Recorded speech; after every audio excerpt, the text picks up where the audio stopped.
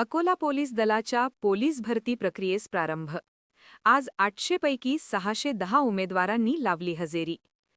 Akola police दलातर्फे police अधीक्षक श्री अर्चित चांडक यांच्या मार्गदर्शनाखाली सन 2024-25 दरम्यानच्या पोलीस शिपाही 161 पदांची भरती प्रक्रिया दिनांक 11 फेब्रुवारी 2026 रोजी सकाळी 5 वाजता पोलीस मुख्यालय अकोला येथे सुरू करण्यात आली आहे.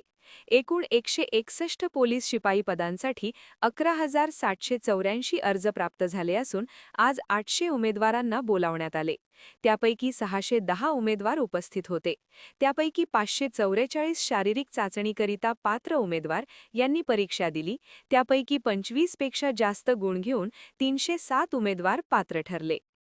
भरती प्रक्रियेत शारीरिक मोजमाप, मैदानी चाचणी व कागदपत्र तपासणीचा समावेश आहे.